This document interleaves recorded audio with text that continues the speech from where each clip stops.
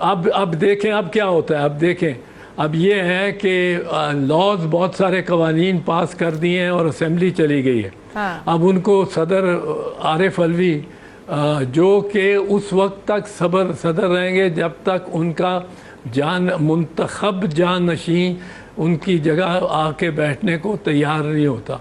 जो उनका मुंतखब जानशी, तो वो जब मुंतखब कब होगा? जब इंतखाबात होंगे।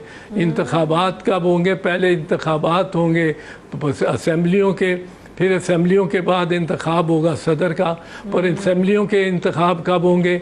उस वक्त होंगे जब ये सेंसस की मुताबिक, नए सेंसस के मुताबिक आइन में तरमीम कर ली जाएगी। पर आइन में तरमीम कब होगी वो नहीं हो सकती, वो असेंबली ही कोई नहीं है। अब सदर साहब जो कि मौजूदा बाकायदा सदर हैं, अगर ये कवानीन जो इन्होंने बनाए हैं 50-60 एक्ट बनाए हैं 1-2-3 दिनों में, हाँ। और एक एक्सप्रेस चलाई है, कोरम नहीं देखा, कुछ नहीं देखा। अगर सदर साहब ये तस्दीक कराने के लिए नेशनल असेंबली के सेक्रेटेरिएट को लिख दे कि पहले तो ये बताएं कि कोरम था कि नहीं था, पॉइंट आउट किसी ने किया या नहीं किया, क्या स्पीकर साहब को नज़र नहीं आ रहा था कि 8-10 बंदे बैठे हैं, मुझे सारी रील भेजो, सारी फिल्म भेजो, वीडियो रिकॉर्डिंग जो है सारी प्रोसीडिंग्स की। फिर वो कहें कि इसमें ये 2-3 कवानीन तो बिल्कुल सुप्रीम कोर्ट ने इनको रद्द कर दिया, ये जो अभी जो फैसला लास्ट फैसला आया सुप्रीम कोर्ट का, और इसलिए मैं इनको नहीं मंजूर करता, मैं इनको नहीं करता। तो वापस भेजते हैं। तो असेंबली ने एक असेंबली ने या जॉइंट हाउसेस ने बैठ के और वो उस पे करना है फैसला। तो वो तो कौमी असेंबली कोई नहीं, वो ये सारे बिल भी गए, सारी इनकी कानून साजी, इनको खबर नहीं कौन से बुखला समझाते रहे शहबाज शरीफ को। जितनी निटी ग्रिटीज आप बता रहे हैं, हुकूमत तो इन चीजों को एड्रेस करने के लिए कभी तैयार ही नहीं थी। मैंने हुकूमत से पूछा, उनके जो नुमाइंदे हमारे प्रोग्राम में आते हैं वो कहते हैं सीटों की छेड़छाड़ की जरूरत ही नहीं होगी।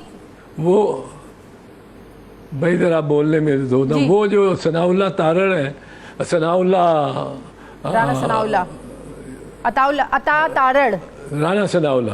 सनाउल्लाह हाँ नहीं, राणा सनाउल्लाह जो है वो भी लॉ मिनिस्टर हैं पंजाब के कोई 5-10 साल। तो वो भी लॉ मिनिस्टर, ये 2 लॉ मिनिस्टर, एक वो आइन के माहिर, कंप्लीट माहिर, और सुप्रीम कोर्ट की जो गुलाम गर्दिशें हैं उनके ख़ास मुसाफिर ख्वाजा आसिफ साहब, वो ये सब इनको किसी ने नहीं बताया, देखा नहीं इन्होंने। हम चिल्लाते रहे कि ये आप किस तरफ जा रहे हैं, किस तरफ मुल्क को लेके जा रहे हैं।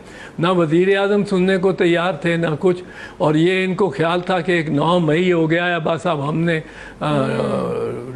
एक नाच शुरू करना है, रक्स, ऐसा रक्स से बिस्मिल्लाह हम शुरू कर देंगे और उससे बड़ी सिंपथी हमारे साथ हो जाएगी।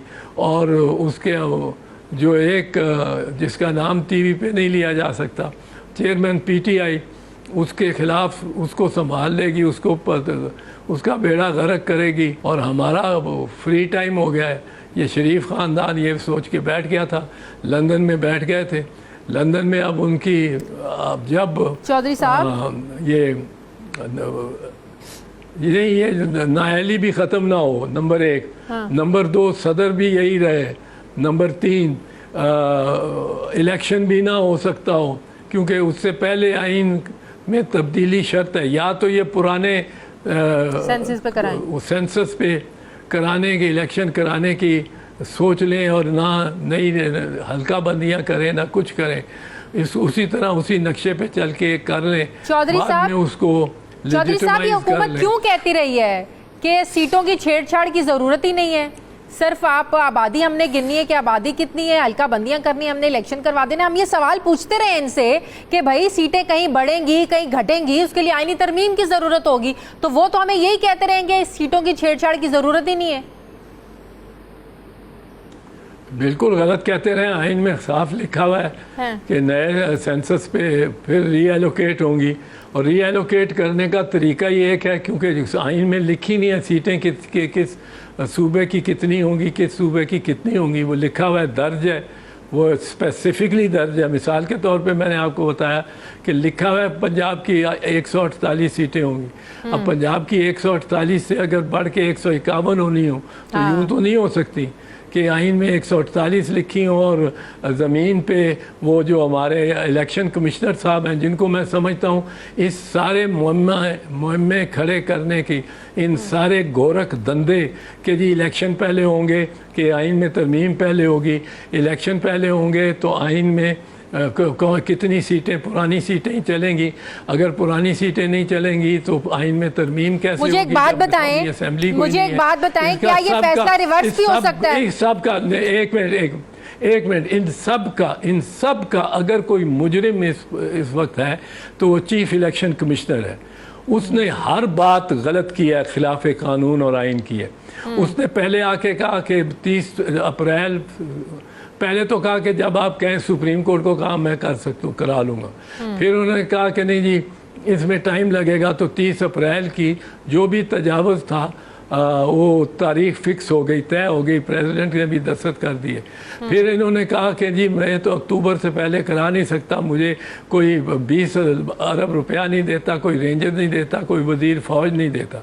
उन तीनों वजीरों को इसको चाहिए था कंटेम्प्ट नोटिस करता हो। हाँ। ये अब कंटेम्प्ट नोटिस शेर बन के कर रहा है, उसको फवाद चौधरी को और दीगरान को, असद उमर को और किसको इसको चाहिए था अगर ये अपनी, और इस आइन के तहत जिस तरह सुप्रीम कोर्ट ने कहा इसकी जिम्मेदारी नहीं है, सिर्फ जिम्मेदारी नहीं है इलेक्शन कराना, फेयर एंड फेयर,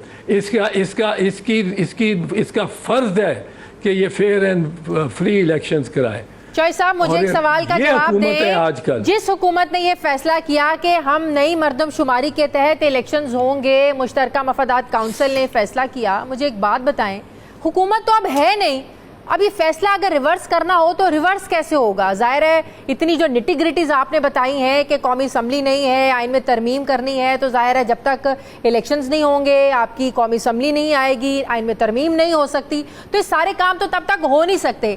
अब पुरानी मर्दमशुमारी पे इलेक्शन करवाने के लिए ये फैसला फिर कौन कर सकता है? अब इससे अंदेशा मुझे ये है कि जो कवानीन इन्होंने पास किए हैं उनमें एक कानून था जिसमें उन्होंने निगरान हुकूमतों को बहुत बाइख्तियार कर दिया कि वो बैनुल अक़वामी माहदे भी कर सकते हैं, वो प्राइवेटाइजेशन भी कर सकते हैं, वो बड़े बड़े फैसले भी कर सकते हैं, फाइनेंशियल कमिटमेंट्स भी कर सकते हैं, प्रोजेक्ट्स भी लॉन्च कर सकते हैं। अब वो ये पहले निगरानों के आइन के तहत ये इख्तियारात नहीं है,